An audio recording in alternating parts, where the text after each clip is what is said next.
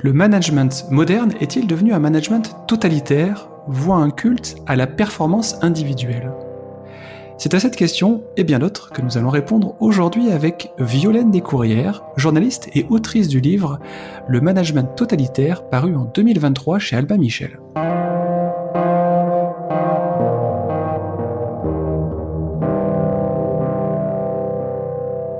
Bonjour Violaine Descourrières.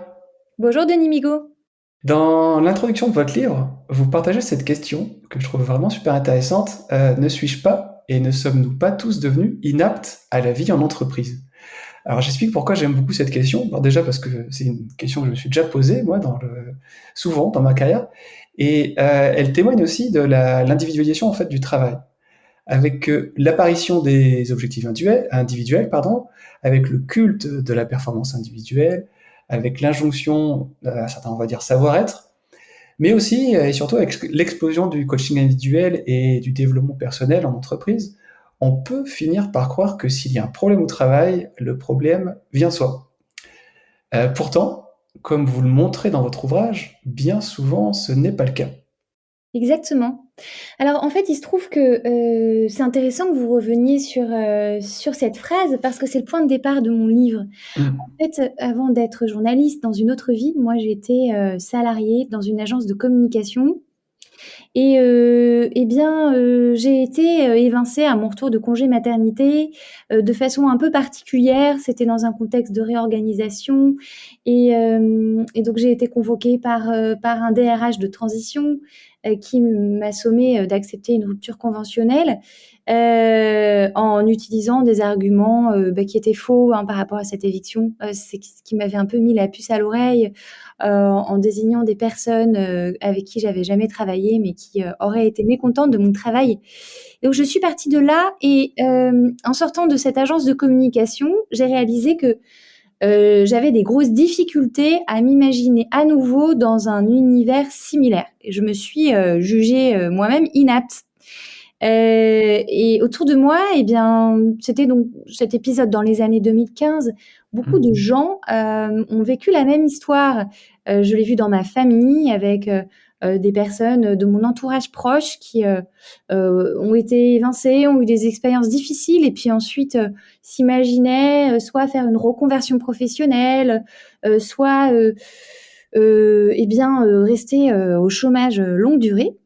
Et puis, au sens plus large, en fait, des gens que je rencontrais, des mamans au square, des conversations impromptues, dans la file de la pharmacie ou autre et je me suis dit: «Mais, est-ce que je suis inapte? Est-ce qu'en fait, nous ne sommes pas plusieurs à être inaptes?» C'est-à-dire, des gens qui sont littéraires, un peu plus artistes, qui sont pas, pour le monde de l'entreprise. Mais finalement, cette question, elle est générale et Mm. donc j'ai compris ça, et à ce moment-là, j'ai décidé d'écrire ce livre, de creuser le sujet.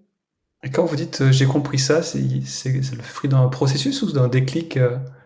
Alors j'ai eu un déclic, à partir du moment alors c'était une de mes amies, dont le mari a fait un grave burn-out et qui a, interrogé le manager de son mari pour lui demander, eh bien pourquoi il avait harcelé son mari et le manager a répondu: «C'était le process» et là je me Mm. suis dit: Si quelqu'un, qui à la base, a une bonne formation en vient de plus réfléchir, dans son travail, c'est qu'il y a un problème. J'ai pensé à la question totalitaire. Mm. Ça a été le déclic. Mais cette question d'une forme d'inaptitude, eh bien, je l'avais depuis longtemps et comme vous le dites, c'est une question qui fait que le salarié pense qu'il est lui-même le problème parce que tout est Oui. fait, dans les entretiens individuels, de façon individualisée, pour que, le salarié soit le seul responsable de sa réussite et de l'atteinte des objectifs qu'on lui assigne, sans prise en compte, des éléments de contexte, des Mm. éléments de conjoncture, des éléments de secteur. Je donne par exemple, en ce moment, on est en pleine crise d'inflation avec la hausse des matières premières. On a eu le Covid. Il y a beaucoup, beaucoup de facteurs qui font que la performance globale d'une entreprise, elle peut évoluer. Mais dans les entretiens annuels, dans la façon dont le salarié est managé, tout est fait pour que cette responsabilité soit seule mise sur ses épaules. Mm. Et d'ailleurs, vous parlez dans votre ouvrage, pour expliquer un petit peu des dysfonctionnements d'entreprise que vous venez d'évoquer, que vous parlez de dictature de la finance et de totalitarisme du management. Et concernant la finance, vous avez interviewé l'ancien président directeur général de Schneider Electric, qui s'appelle Henri Lachmann, si je prononce bien son nom, Oui. et selon lui, en fait, les actionnaires sont des terroristes. Alors le mot est fort et j'aimerais un petit peu creuser un petit peu ce sujet avec vous. Si les actionnaires sont des terroristes, de quelle terreur eussent-ils et quelle est leur fin idéologique? Oui, alors c'est vraiment ce thème m'a beaucoup, interpellée, c'est vrai que je voulais absolument aller voir des anciens PDG, mais aussi des PDG en exercice pour ce livre, parce que le mot totalitaire était un point d'interrogation et Mhm. lorsque je les ai rencontrés, ils ont été tellement, durs avec une parole parfois presque plus ferme que celle des syndicats, que j'ai été très interpellée. Henri Lachmann, eh bien, lui, il a vu une évolution. Il a aujourd'hui un peu plus de 80 ans, donc il est vraiment très bien placé pour parler de ces changements. Et en fait, il m'a parlé d'un changement dans le paysage actionnarial. Mhm. Il y a encore 40-50 ans, les PDG du CAC 40 étaient actionnaires les uns des autres. Les entreprises étaient dans les conseils d'administration et peut-être que tout n'était évidemment pas parfait, mais il y avait une prise en compte de la réalité, de ce que c'est que la stratégie d'une entreprise et la réalité aussi de la question du long terme, qui est un impératif pour pouvoir maintenir un cap. Progressivement, ces PDG et ces entreprises qui étaient actionnaires les uns des autres, mais aussi l'État, ont laissé place à des fonds d'investissement souvent étrangers qui ne connaissent absolument rien du secteur, rien de la spécificité économique du pays et qui ne demandent que une rentabilité chiffrée de plus en plus à court terme. Et donc déjà, la base de ce terrorisme, c'est le fait de ne rien y connaître de l'entreprise pour laquelle ces actionnaires investissent. Et ensuite, eh bien, la façon dont ce terrorisme se manifeste, eh bien, c'est une pression toujours plus importante qui brouille la vue du dirigeant. Alors, je vais vous citer non pas Henri Lachmann, mais un PDG qui est à la tête d'une entreprise cotée et qui me parlait évidemment de façon anonyme et qui me disait, il y a des fonds qui sont tous les jours sur ton dos, ils t'appellent régulièrement, te demandent des comptes. S'ils ne sont pas contents, ils peuvent intervenir dans ta stratégie de recrutement, ils peuvent te demander d'évincer des gens dans ton entreprise et ils peuvent même venir t'envoyer des gens que tu dois avoir qui viennent dans ton entreprise et puis qui surveillent. En Mhm. fait, c'est une forme de télescopage dans la stratégie qui fait que le PDG n'est plus le capitaine de son bateau. Il se fait progressivement évincer. Et d'ailleurs, ce qui m'a beaucoup interpellée, c'était au moment du Covid, il y a eu une valse de mouvements, en fait, de dirigeants à la tête des entreprises. Je vous donne un chiffre, entre février 2019 et août 2020, 73 dirigeants de 500 entreprises cotées ont quitté leurs fonctions. C'est absolument énorme. Ça veut donc dire que le PDG, progressivement, perd sa responsabilité et eh bien l'investisseur, surtout lorsque c'est un fonds d'investissement, eh bien prend de plus en plus de place et lui fait une pression et le Mhm. réduit au statut de salarié. D'accord. Donc, la terreur vient de, comme vous dites, de la pression, du stress que ça opère, du contrôle quasiment permanent et d'une perte aussi d'autonomie. Mais concernant l'idéologie de ces actionnaires, est-ce que vous savez nous dire quelle est-elle? Oui, alors je pense que c'est une forme, ce que j'ai perçu, c'est une forme d'idéologie de la performance qui est à distinguer de la recherche d'efficacité qui, elle, est saine et bonne. La recherche d'efficacité, elle est à la base donc de la gestion d'une entreprise, c'est Mhm. s'assurer que le business fonctionne bien et qu'il soit rentable sur le long terme. L'idéologie de la performance que véhiculent ces fonds d'investissement, eh bien, elle n'est plus seulement dans des critères financiers. Elle est aussi dans des critères extra-financiers, entre guillemets, c'est-à-dire, eh bien, toute cette mouvance RSE, donc responsabilité sociétale des entreprises, qui aurait pu être saine, mais qui en fait demande une performance accrue dans les entreprises. Donc je m'explique. Sur les marchés, donc on a des critères extra-financiers au niveau des actions en bourse des entreprises. C'est toute la dimension éthique. L'entreprise doit montrer qu'elle a des valeurs, que ses salariés ont des valeurs, que elle va respecter l'inclusion, qu'elle va agir pour le bien-être de ses salariés, tout un tas de facteurs. Et ces critères extra-financiers, ils fonctionnent extrêmement bien. Ils permettent une rentabilité très bonne. Et ça se traduit sur le terrain par des objectifs comportementaux qui sont assignés aux salariés. Je donne beaucoup l'exemple de Danone, qui a par exemple mis en place une grille d'évaluation de la performance du comportement de ses salariés. Donc c'est vraiment une performance qui n'est plus dans les compétences, mais qui est dans le comportement. Le salarié doit incarner des valeurs qui sont des valeurs lui permettant d'être plus performant. Alors, il y a des études dans l'université des Massachusetts aux États-Unis qui certifient qu'un salarié qui est heureux est un salarié qui va performer. Donc, il va y avoir une injonction au bonheur dans les entreprises. Un salarié qui a un bon sommeil, bon, ça c'est un poncif, mais c'est aussi étudié, va avoir une meilleure performance, et que tout ça permet à l'entreprise aussi de montrer qu'elle est éthique et que ses salariés vont bien. Alors que derrière, il y a une forme de schizophrénie, c'est que d'un côté, le salarié doit performer sur le plan de son comportement, et de l'autre, si l'organisation du travail est toujours autour d'un rythme frénétique, il ne peut pas aller bien, puisque il n'a pas de temps pour souffler, et surtout, il n'a pas d'espace personnel dans lequel l'entreprise n'interagit pas. Oui. Tout à l'heure, vous utilisez le mot de totalitaire pour qualifier le management dans les entreprises. Dans votre ouvrage, vous définissez le totalitarisme comme un système qui repose sur l'adhésion sans faille des individus aux idéologies. Donc là, je pense que vous me voyez venir à 1000 km. J'essaie de faire le lien entre l'idéologie que vous venez de présenter, l'idéologie des actionnaires, et que vous avez défini comme, on va dire une sorte de culte de la performance, mais du comportement, mais aussi de l'incarnation des valeurs. Et est-ce que donc cette idéologie des actionnaires se retrouve dans l'idéologie qui est partagée par le management aujourd'hui?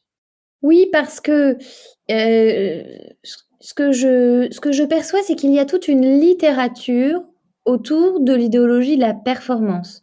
Je parlais tout à l'heure de l'université des Massachusetts aux États-Unis, à Harvard.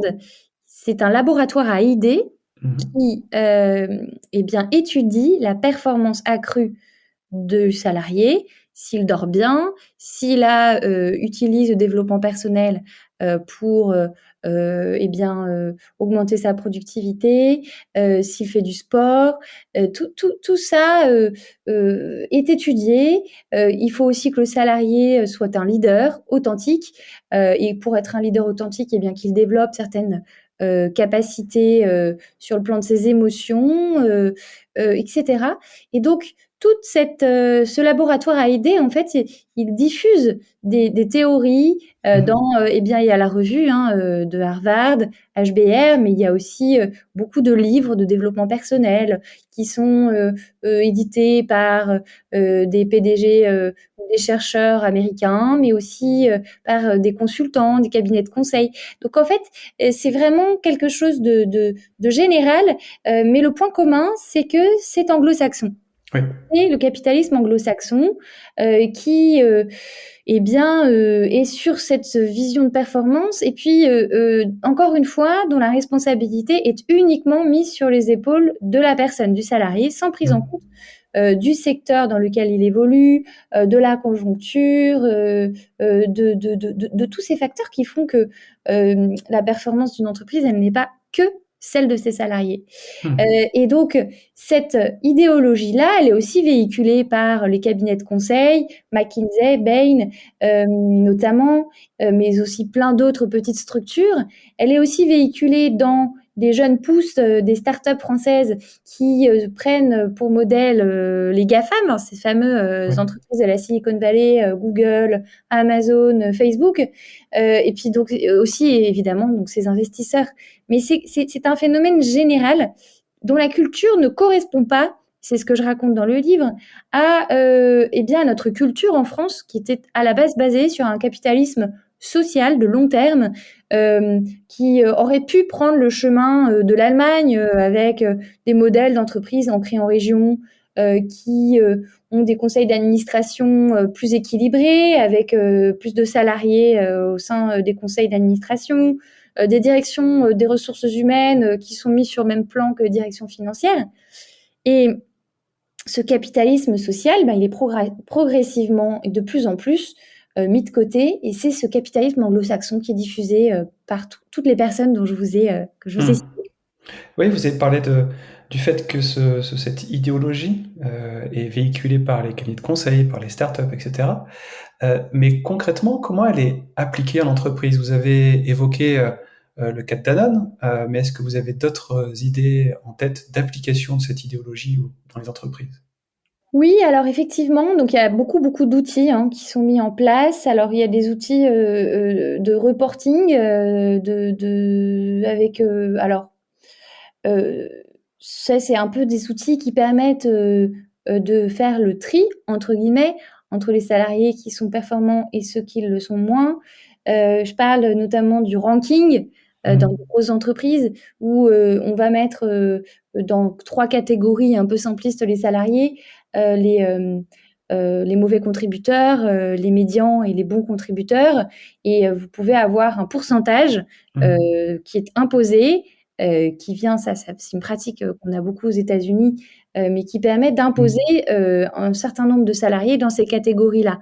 Ça a été interdit en France par la Cour de cassation, mais il y a encore des entreprises, Sanofi l'utilisait après cette interdiction par la Cour de cassation. Donc il y a des outils donc, qui Ouais. permettent en fait de progressivement privilégier ceux qui sont les plus rentables, entre Mhm. guillemets. Et puis, vous avez également une forme de management un petit peu plus, comment dire, dont l'outil est moins précis, mais qui gagne du terrain, c'est celle du manager, entre guillemets, psychologue. Mhm.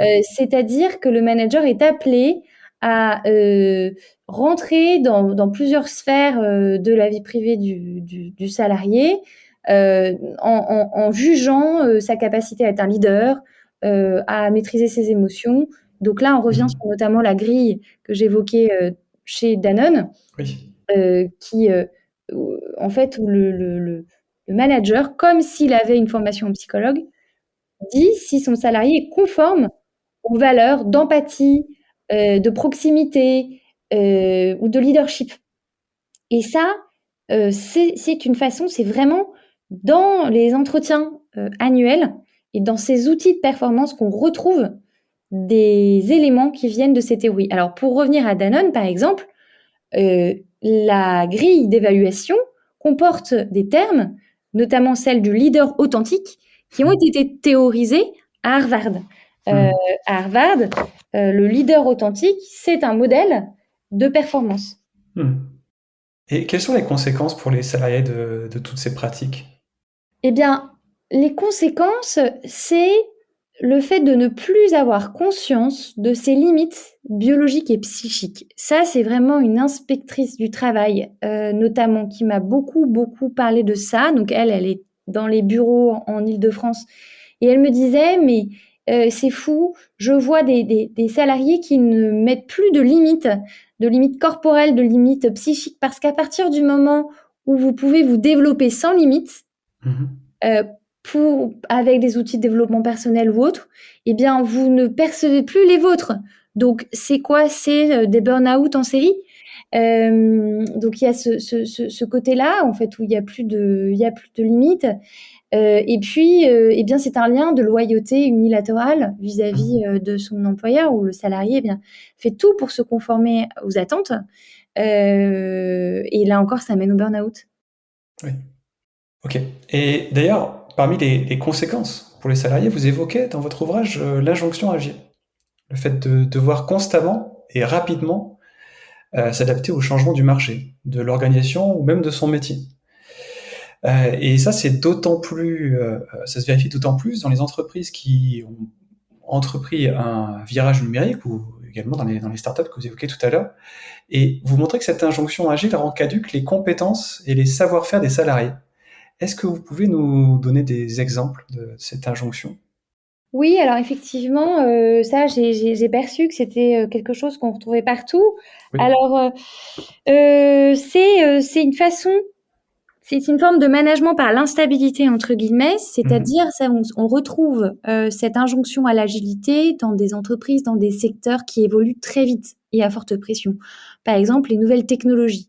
Or, il se trouve que l'entreprise Orange, qui a été connue pour, son affaire des suicides, eh bien, heu, a été marquée justement par cette culture de l'urgence, où les salariés ont été poussés vers la sortie par le principe de l'agilité, c'est-à-dire qu'ils devaient pouvoir changer de poste rapidement, changer de région, être dans une mobilité permanente, et c'est ce qui a généré cette affaire des suicides.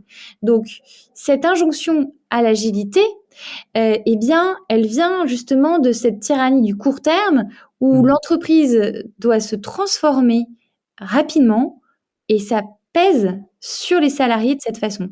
Mhm. Pour conclure, j'aimerais savoir si vous avez quelques idées sur comment sortir de cette situation, c'est-à-dire comment sortir à la fois du terrorisme des actionnaires et du totalitarisme du management. Oui, alors j'ai posé la question à toutes les personnes que j'ai interviewées et je pense qu'il y a, des choses à changer, sur plusieurs échelons. Alors déjà, j'étais assez marquée par mon entretien avec Jean-Dominique Sénard, qui est PDG, de Renault, qui est à l'Institut Montaigne et qui était très, préoccupé par, cette dérive du capitalisme anglo-saxon, et donc lui, il disait qu'il fallait que les PDG français et allemands se rassemblent, et qu'ils mettent en place un cadre comptable commun. Ensuite, je pense qu'il y a quelque chose à mettre en place au niveau de la gouvernance. Euh, un des écueils, par exemple, c'est ce qui a eu lieu dans l'entreprise Orange, c'est lorsque la direction des ressources humaines est une fonction exécutrice de la direction financière. Euh, la direction des ressources humaines doit être mise sur le même niveau. Par exemple, si vous avez une direction financière qui impose un certain nombre de départs dans un laps de temps rapproché, comme ça a été le cas chez Orange, la direction des ressources humaines doit pouvoir dire que ce n'est pas réalisable. Mhm. Il y a également du côté des managers quelque chose à mettre en place, c'est-à-dire vous ne pouvez plus fixer les objectifs de performance de managers sur celles de leurs équipes, puisque ça les pousse à eh bien, évincer ceux qui sont vulnérables à court terme. Eh bien, Mhm. ça peut être les femmes avec enfants ou ceux qui sont proches de la retraite, et donc générer cette espèce de course à la performance de court terme. Et puis, bah, et bien au niveau des salariés, je pense que la question, c'est chacun doit pouvoir se poser des questions éthiques sur son comportement indépendamment de ce que lui demande son entreprise. Et pour ça, eh bien, il faut préserver un espace à soi, un espace personnel.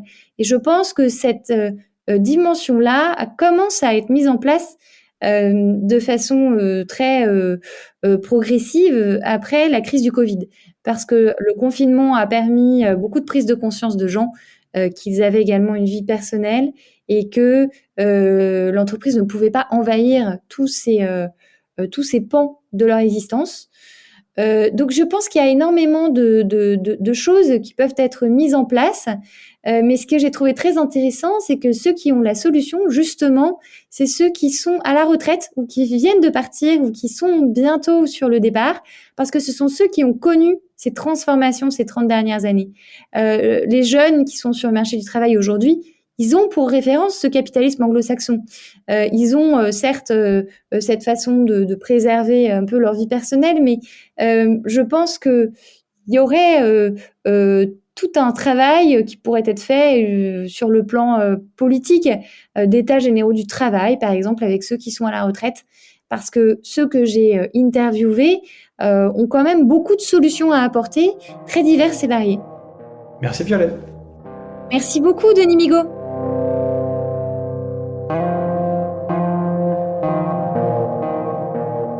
C'est sur ces mots que se termine notre épisode consacré à l'ouvrage Le Management totalitaire, paru en 2023 chez Albin Michel. Si vous avez aimé cet épisode, pensez à nous suivre sur Twitter, LinkedIn et Instagram et à vous rendre sur 0,org afin de découvrir nos précédents invités. Merci et à très bientôt.